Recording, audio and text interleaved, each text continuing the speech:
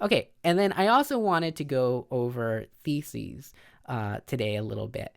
So I got a few questions about them, and so I just separated into some very general do's and don'ts.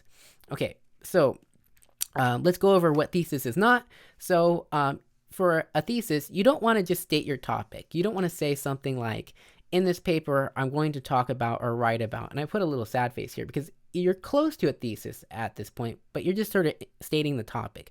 You want to add more to it. You want to say some sort of argument. So it needs to be topic plus an argument. Okay? And so if you do write this, write one more sentence after that. Although I'm not a big fan of in this paper, I tend to feel this is a little boring, though I have to admit, when I was early on in my academic career, I've written some thesis sentences that looked a little bit more like this.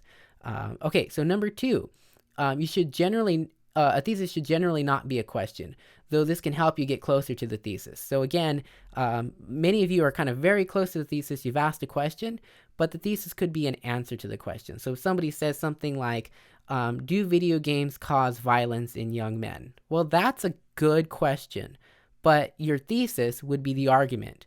So you would say something like, based on numerous studies, video games do not appear to cause any increase in violence in young men or in children or something like that. And then, or you could say video games do seem to, if you want to argue the opposite position, do seem to cause violence in young men because of blank, blank, and blank, right? And then you give reasons. Number 3, it shouldn't be a statement of fact, right? So you shouldn't, well, and sometimes, we do have to argue statements of facts, unfortunately, but, theoretically, or, if we lived in a perfect world, you wouldn't have to argue about facts with people, but something that's obviously verifiable, like whether or not I planted tomatoes, shouldn't be a thesis. So I planted tomatoes for the zombie apocalypse. That is an easily yes or no verifiable fact, so that doesn't make a very interesting essay. And sadly, some essays do argue facts. So, there are people who think the earth is flat, and you have to argue with those people. Okay, number 4, write your thesis before your research, right? Don't do that.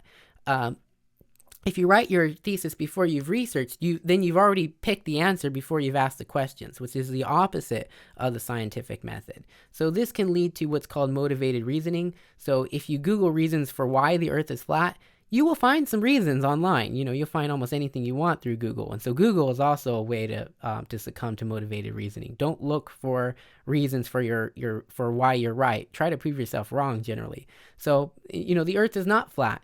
You should look at all the evidence first and then figure out your answer based on the best available evidence. So I gave an example here of not so good of a thesis. So this is just a list. In fact, it's not even a complete sentence. It says video games, porn, violence, and young men. And so you could start with a question. So here's the do's. So, number 1, as I said, write your thesis after you've done the research. We already covered that.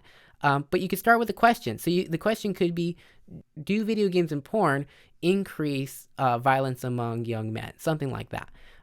Or do video games and porn teach men to be more violent and to denigrate women? Period. That would be, question mark. That would be a question, right? So you could start with the question, and then your thesis is the answer to that question. So the answer could be, yes, video games do, or no, there's no evidence that video games or porn cause men to be more violent, period. Something like that.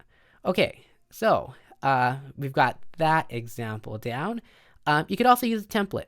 So if you're really stuck, I like this template. I've learned it from a friend of mine, and I've since adapted it a little bit, and I've used it myself. So you want to make sure you pick the topic, and so you could even highlight these in different colors if you want to make sure you've done this. So you choose a topic plus an argument, and then you have a connecting word like the word because, or sometimes it's because of, or the word through. And then sometimes you'll give some reasons. And sometimes it's 3 reasons. That's probably how you've been taught in high school.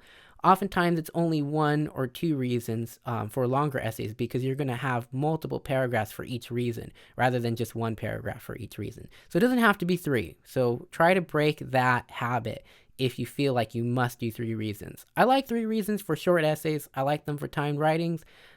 They're organized, but you can use more than 3 reasons if you need to or like to. So here was an example of a thesis statement I found online, and we'll see it has a topic, and the topic is To Kill a Mockingbird, and it has a topic of racism too. So in To Kill a Mockingbird, Harper Lee demonstrates the complexity of racism. And so here's the topic, here's the argument.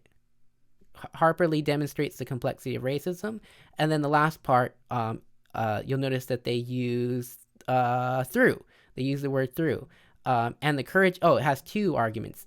They demonstrate the complexity of racism and the courage it takes to stand against it through the character of Atticus Finch. And so you can see it's arguable. So we've got topic plus an argument and reasons. And so the rest of the essay is going to use examples of how Atticus Finch demonstrates these 2 things. Does that make sense? Okay, so that's it. I hope that helps. And take care, stay healthy. Email me with any questions.